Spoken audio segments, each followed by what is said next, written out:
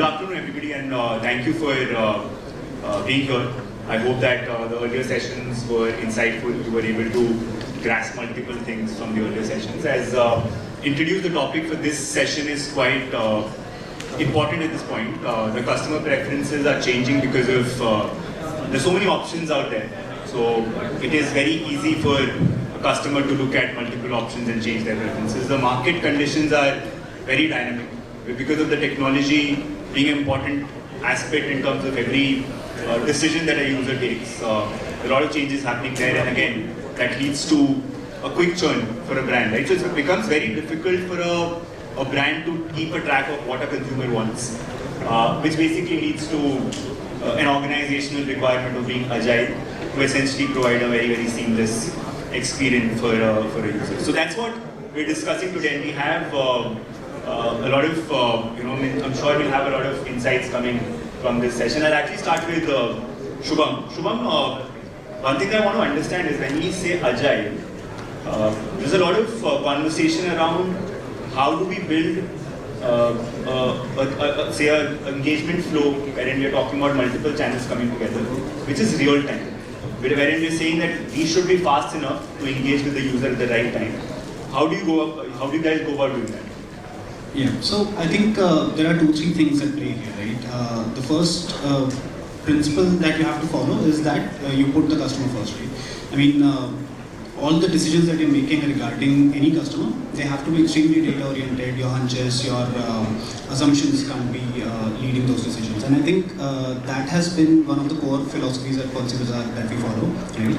And that helps us narrow down the way we are approaching any of our strategies. So when it comes to real-time communications, I think the one thing we are always doing is that whatever data points we have about the customer, that we are 100% sure of, and a priority order, that these are the kind of communications that we will absolutely have no negotiations on, that this is what we need, like a P0 priority that has to go first.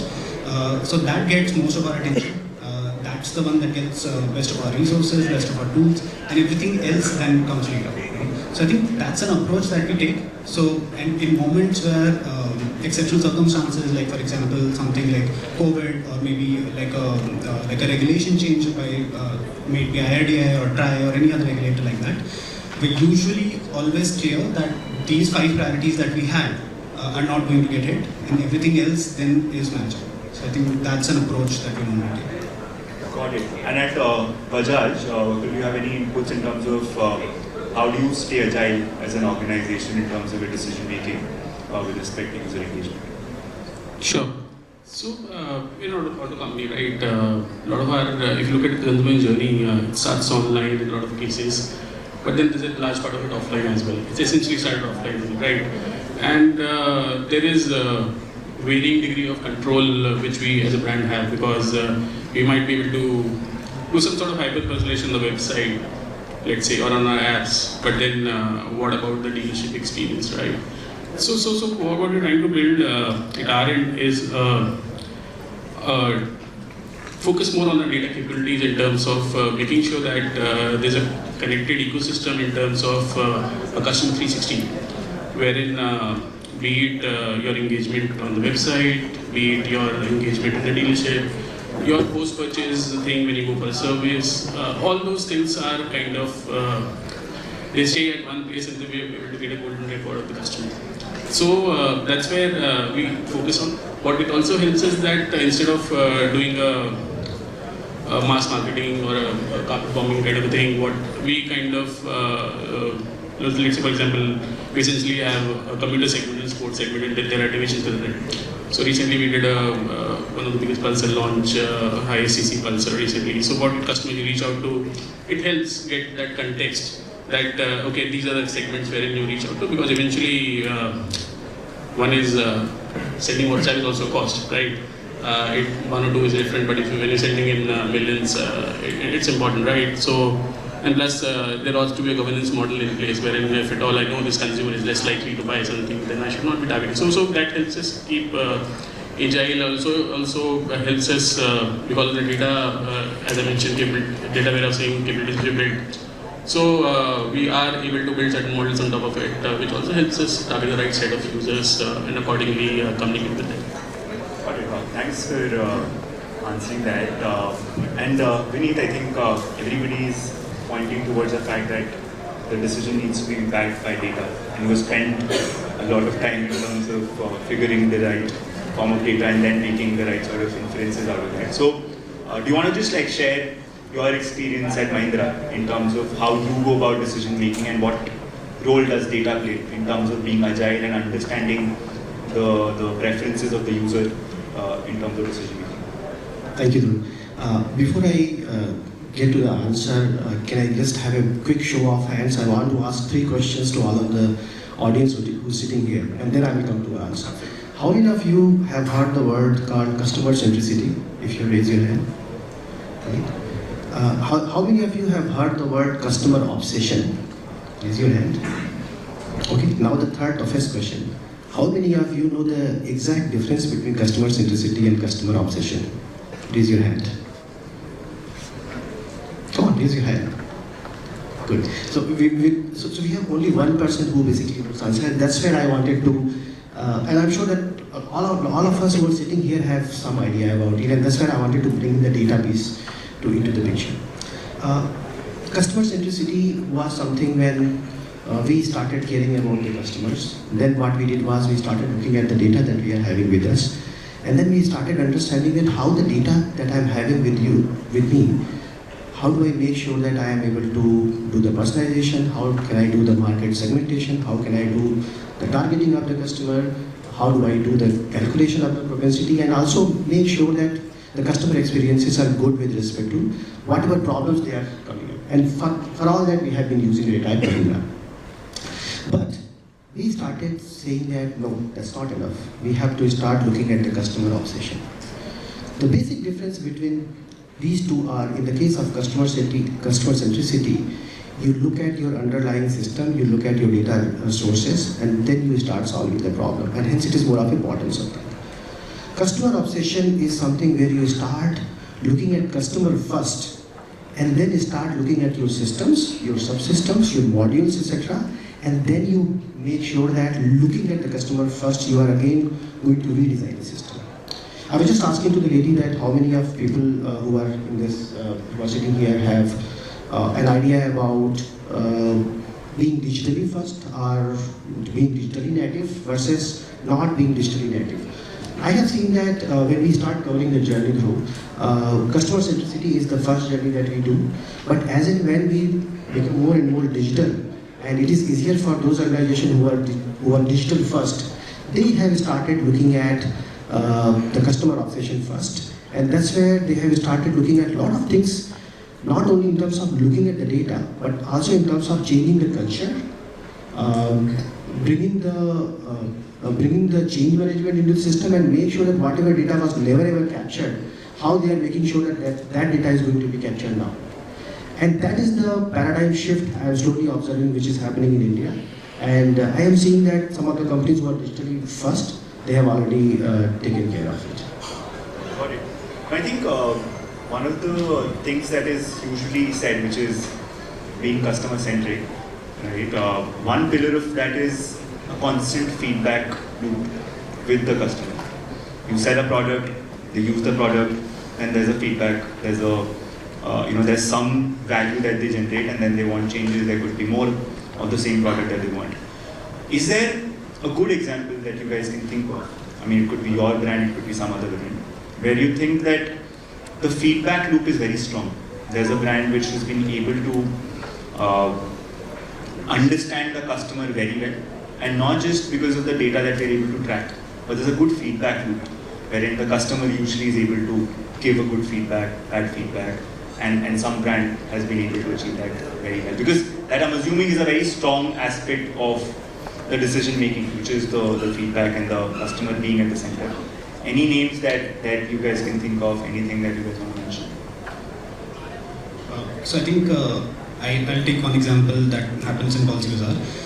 If I say we take the customer feedback of spamming less and we don't do that, then I think everybody's going to laugh me off the room. So, but in terms of insurance, the main product is always the insurance policy that you're selling, and the one unfortunate thing about that is usually the bad feedback will only happen around the claim process, which is one thing the customer really hopes that they don't have to go through, right?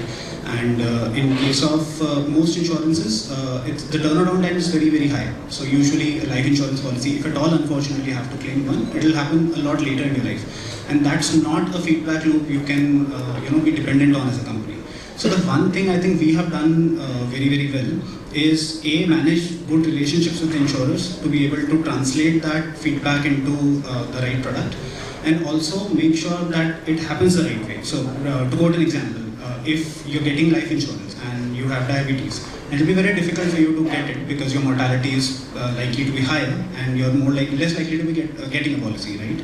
However, this is a very common problem in India, and in India in general, the diabetic population is very high in percentage. So what we did is to identify that problem, pass on that feedback to the insurers, and within some time there were products that were offering life insurance specifically to people with diabetes, right? Similarly, in health insurance, if you were to get one, there will always be a pre-existing disease waiting period. There will always be some specific issues that a person could face right after getting the policy, which will not be covered for the first couple of years. So now there are products in the market because of the efforts that companies like Policybazaar have put, which are covering pre-existing diseases from day one.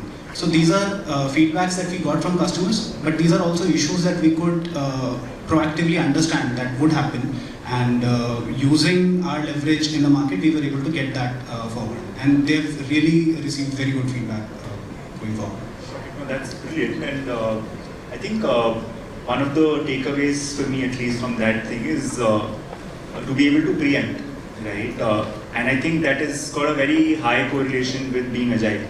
So if you want to be agile, it's not that you need to get some feedback when it's too late. You need to preempt a few things, and I think Vineet, that brings me to the next question, which is with respect to predictive analytics that gets talked about, right? How are you guys going about it, and do you have any takeaways from that specific point, which is using predictive analytics to be able to make decisions? Is there any takeaway that you would want to highlight to the audience here? Yeah, absolutely. I think the predictive analytics is something which is the data-driven approach, and there are multiple examples. So right now I am at Mahindra, I am working with around 14-15 different companies as part of the corporate head office, and around there are 30-40 different projects which we are doing. And then if I look at from finance to auto to some of those B2B companies, there are quite a few use cases out there. But when we look at solving the problem, there are two kinds of problems that we are solving using the predictive analytics, and I want to take basically two examples over here. One is where how do I bring more revenues, right? How do I make sure that using the predictive analytics I'm able to identify more number of customers, and then what we are doing is and the second one is how do I bring the cost optimization into the system. So generally whenever you're trying to solve a problem using predictive analytics, you are trying to solve either bring more revenues to the organization, or you bring the process efficiency or cost efficiency to the system. In the case of marketing, one of the very interesting areas is cross-selling and upselling. And we are bringing a lot of predictive analytics in terms of understanding how we bring more revenue with respect to cross-sell and upsell both. When I'm talking about cross-selling, the algorithms are very similar to what Amazon is doing with respect to if you have bought this, if you have bought this, then you also buy this. We are bringing some of those machine learning models in the place in order to predict if somebody has taken, for example, a Mahindra Thar, can I also look at that customer and see that what is the propensity, and hence the propensity is a function of output of the predictive model. Will that person will also get into the area of and look at be a customer for Mahindra Life Spaces to buy a new house, or be a Mahindra Holidays customers. And then we are doing it right now with around 50 plus millions of records that is basically available to us. Of course, we are making sure that the data governance and data privacy, those things are much in place. So that's one area how we are looking at it. The second one is, I wanted to take a very simple marketing example. Going back to his point, when we are looking at the marketing, the budget is very, very limited. let's say that your sales team has done a good job. They identify that, hey, these are the 5 lakh customers to reach out to.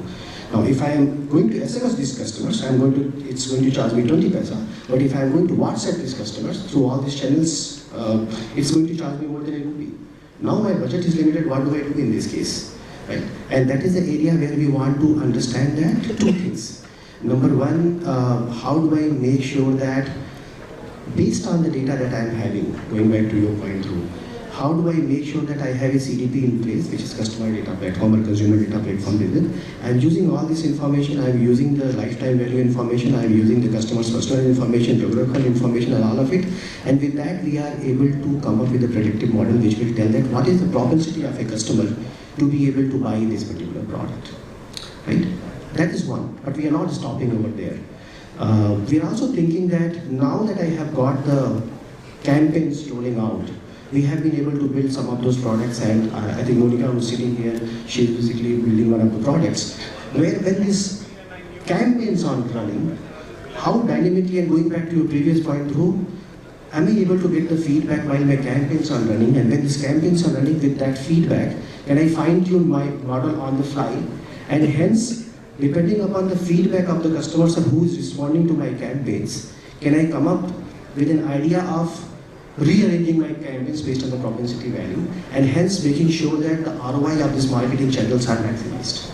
So these are the 2 very interesting stuff, and which is very close to my heart, is what we are doing, and there are many other examples. Very interesting, and I think, the next question actually is more like a follow-up to this, which is related to Shubham and Vakul, and anyone can answer this, right? So, basically, once we have certain insights, once we are able to predict certain things, the next step is also providing a very seamless experience for the end user. It could be across digital channels. In your case, in particular, actually all 3 of you, there's a huge chunk of offline user base which gets, which is engaging with you guys. So, how do you ensure that the experience is seamless? How do you ensure that across channels, across touch points, we're able to provide something which is cohesive, which makes, which provides value for your end user? So anyone can take that question and answer. Sure. So I'll take that, and continuing to what Vineet just mentioned, there's a lot of overlaps basically in the auto industry. That's where I come from. So one of the things which is important, and Vineet just touched upon this concept of CDP, basically having seeing one view of the customer. So that becomes really important, because what would typically happen, let's say that you browse on a website, you look at some financing schemes, you look at certain models, and then when you go to the dealership, that person starts from scratch. So from that perspective, what we're trying to do over here is collect all those signals, both implicit and explicit.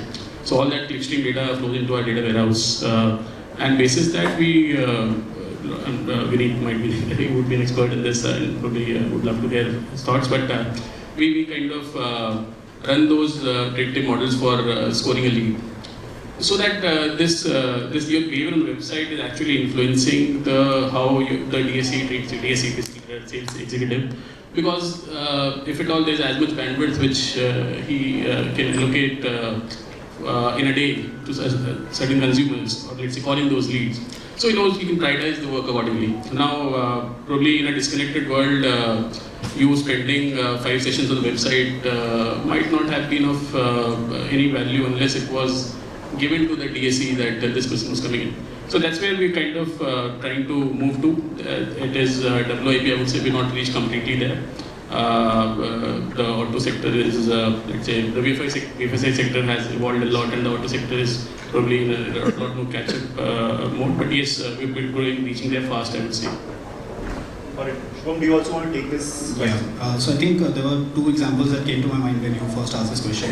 And I think they somewhat connect what you asked, as well as the customer obsession point that was made earlier by you, right? So the one thing that we do is when you mentioned that there are a lot of customers who have bought something from you, and based on the profile of the customer, based on the last purchase, you could maybe identify what you could sell them next.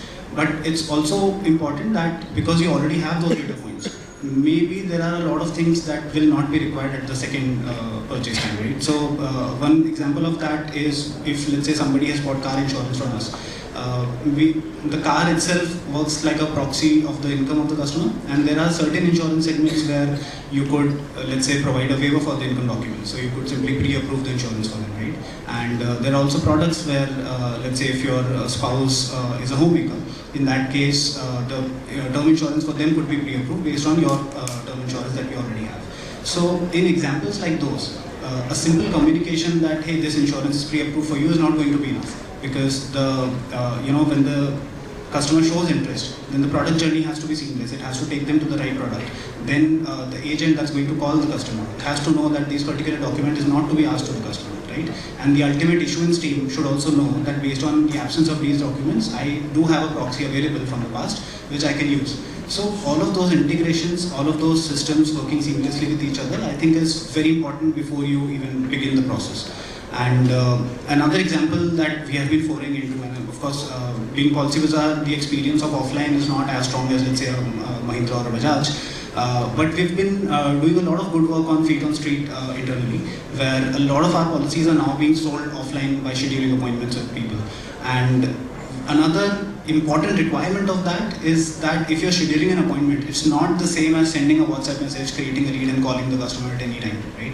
Because at this point in time, you need to know the availability, their address, and because there would be a lot of leakage in the process, you have to be very sure that my agents are available in that city, and the appointment scheduling process as well as the ultimate booking process is completely seamless for the customer. So here also you need to do a lot of integrations, and that offline channel obviously brings its own complexities here. So without any of that, I don't think we would like to go ahead with any of those campaigns. So I think that preparedness is also very important for us. Dhruv, can I add one very interesting point on top of what Shubham was mentioning? He made a very good comment that many times what happens is we don't integrate those data sets. And because we are not able to integrate those data sets, there's a phenomenon called silo bursting. I see that in a lot of organizations, marketing channels, they have a very beautiful data set, but it's only with them. Sales team, they have the very beautiful data set only with them. Same as the case with operation and the strategy team. All of these people are having such a good data, and many of the times this data is very much available. Nobody is putting an effort to basically bring the horizontal linkage, and that's why they are not able to maximize the value out of this data as an asset. And I think one thing and one takeaway to all of you who are sitting here is, please do not think that data is very atomic for your function. Start looking at the cross linkages of this data. And I always give an example, a beautiful example, and I talk to many people that the day a marketing channel's input can go and check and get connected with your supply chain optimization thing, that's when you have basically that's when you actually won the battle. That is something that all of us should be aiming for. That can your marketing channel go and fix your supply chain issues and be, as you said, preemptive in terms of saying that I need those many things because there is a marketing, from the marketing team, there is a huge response and huge attraction from the customer for this particular product. I think while that's something which I'm assuming everybody aspires to do, there's a problem statement associated with that very specific solution, which is it's easy to control what's happening in your team, but when you move away to a different team, how do you impact the decisions happening there? So any suggestion, takeaway, observations which you've seen at an organizational level, which leads to this culture of sharing of ideas across different teams, and I know that you all head specific teams. It could be you, ensuring that your team builds that culture. But are there any good practices around that you guys can think of, or you have any examples to share?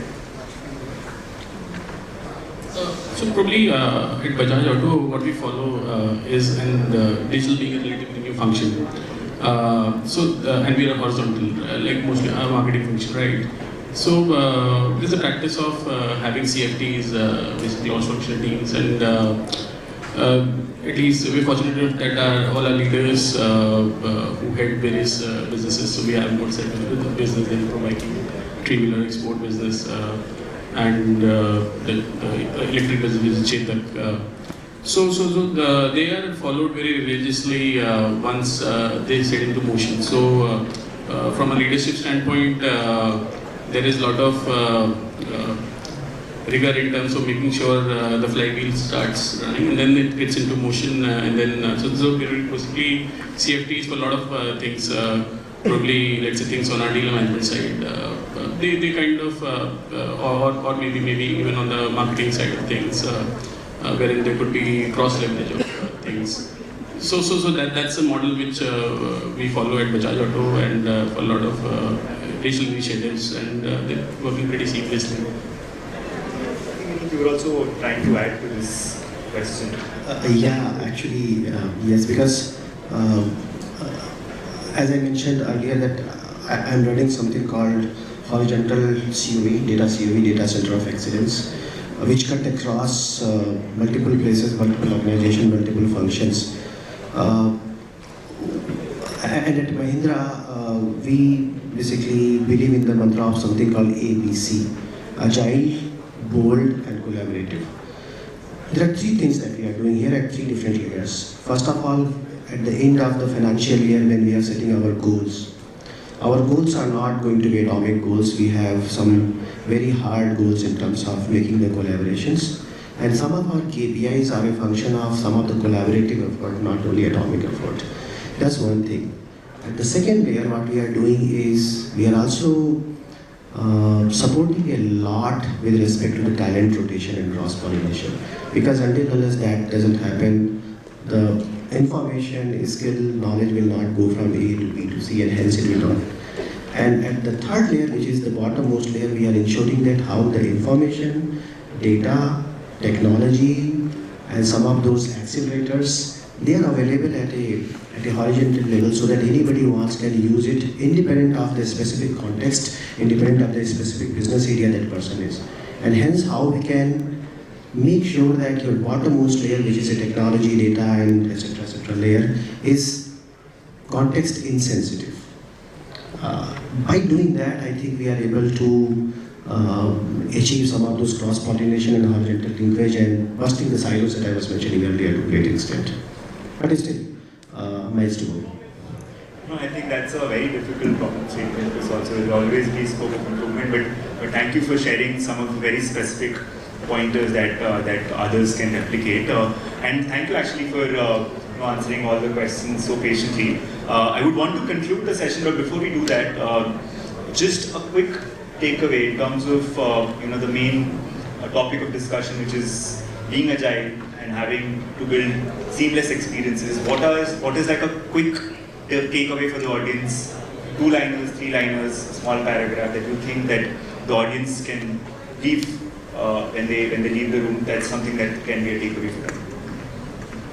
So I think I'll just reiterate with what I began with, that for us it's always data first. So I think that approach has always helped us stay relevant, stay agile, and be at the forefront of the business. And when I say data first, you always have to understand that your organization will have a vision, it will have its own ethos, right? So as long as you stick to those ethos, there are no dark patterns involved, and you keep data first and make that the center of all your decisions, I think that's the key to being agile for us. Vakul? Probably yes, data first and customer backward. That's most important, I believe.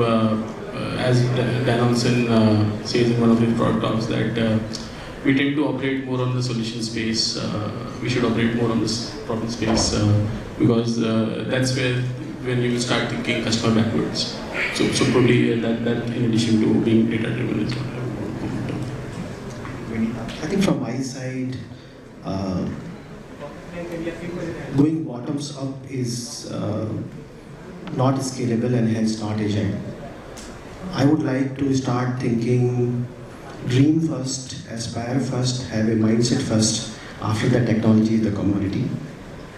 And hence, first look at what you want to do with a bigger vision, create business insensitive ecosystem in the place, which can give you the scale and agility.